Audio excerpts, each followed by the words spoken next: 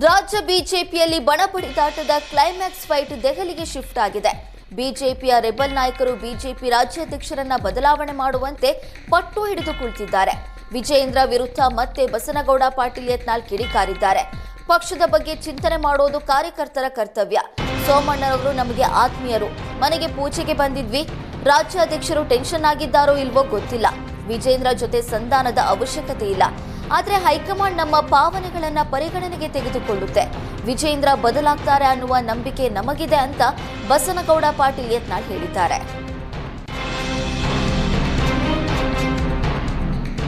BJP ಬಣಪಡಿದಾಟದ ಬಗ್ಗೆ ಬೆಂಗಳೂರಿನಲ್ಲಿ ಶಾಸಕ ಮುನಿರತ್ನ ಪ್ರತಿಕ್ರಿಯೆ ನೀಡಿದ್ದಾರೆ.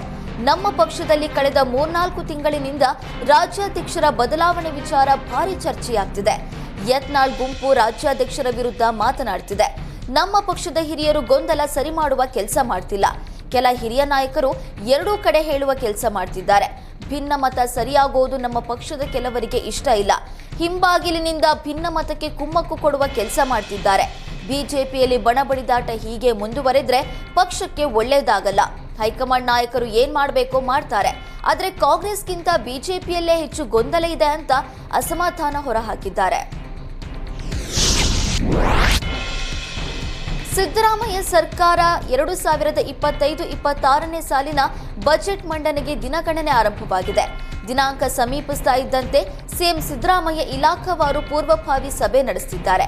ಸಿಎಂ ಅಧಿಕೃತ ನಿವಾಸ ಕಾವೇರಿಯಲ್ಲಿ ಕಾನೂನು ಇಲಾಖೆಯ ಸಭೆ ನಡೆಸಿದ್ರು. ಸಭೆಯಲ್ಲಿ ಮಾನವ ಹಕ್ಕುಗಳು, ಸಂಸದೀಯ ವ್ಯವಹಾರಗಳು ಹಾಗೂ ಶಾಸನ ರಚನೆ ಇಲಾಖೆ ಅಧಿಕಾರಿಗಳು ಭಾಗಿಯಾಗಿದ್ದು ಸಿಎಂ ಸಿದ್ದರಾಮಯ್ಯ ಹಲವು ಮಾಹಿತಿ ಸಂಗ್ರಹಿಸಿದ್ದಾರೆ.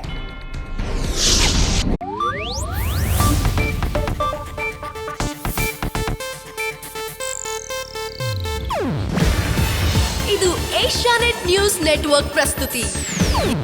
ನೀವು ನೋಡ್ತಿದ್ದೀರಾ ಏಷ್ಯಾನೆಟ್ ಸುವರ್ಣ ನ್ಯೂಸ್.